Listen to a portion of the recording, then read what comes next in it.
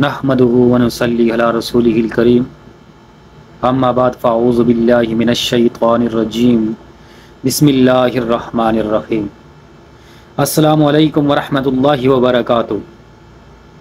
उम्मीद करता हूँ कि आप सब खैर खैरियत आफ़ियत के साथ होंगे और अल्लाह से दुआ है कि आप जहाँ कहीं भी हों अल्लाह ताला आप सब की हिफाजत फरमाए, आमीन। आज मैं एक ऐसा वजीफ़ा दे रहा हूँ जो कुरान करीम की एक सूरतुल कौसर का है। बिस्मिल्लाहिर्रहमानिर्रहीम। इन्ना आतैनाकल कौसर फसल्लि लिरब्बिका वन्हर इन्ना शानिअका हुवल अब्तर। मुख्तसर बताता चलूँ कि ये वजीफ़ा, ये अमल और इस सूरत का अमल बहुत ही बड़ा है और तमाम वज़ाइफ में से ये इस सूरत का जो भी अमल और वजीफ़ा है वो समझो कि एक इसमें आज़म है, सबसे बड़ा ही अमल है, क्योंकि ये वो सूरत है कि जिसका चैलेंज कुफ़ारे मुशरिकीन ने भी नहीं कर सका।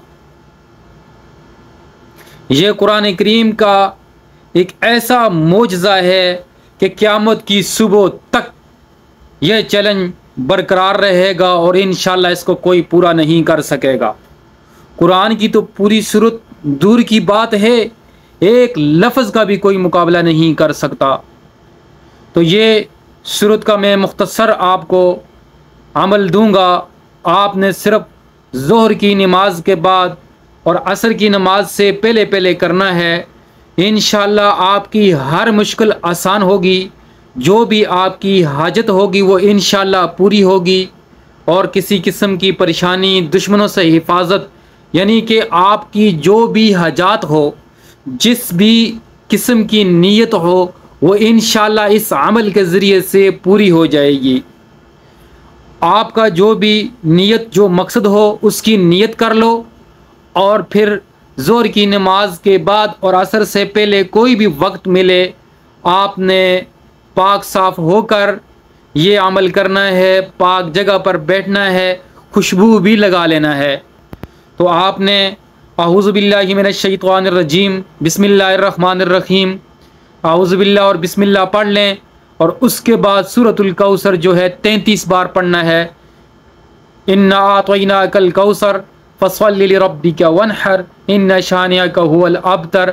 जब ये मुकम्मल हो जाए तो उसके बाद जो है एक अस्माउल हुस्ना या मुगनी या मुगनी या मुगनी, ये 111 मरतबा पढ़ लें और अव्वल और आखिर जो है 7 बार दुरूद पाक को लाजमी पढ़ना है। तो ये अमल कर लें। आपकी जो नीयत है, जो मकसद है, अमल ख़त्म होने के बाद उसके लिए दुआ कर लें। चाहिए आपकी जितनी भी हाजात की नीयत की हो कर लो।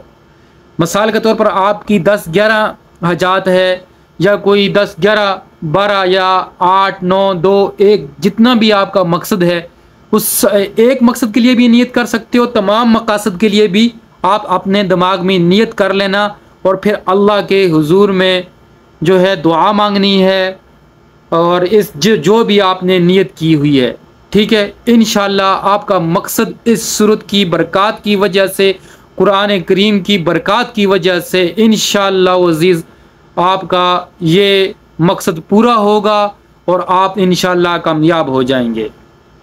आखिर में अल्लाह से दुआ है कि अल्लाह ताला हमें दुनिया और आखिरत में कामयाब फरमाए, आमीन सुम्मा आमीन। व आखिरु दावाना अनिल हम्दुलिल्लाहि रब्बिल आलमीन।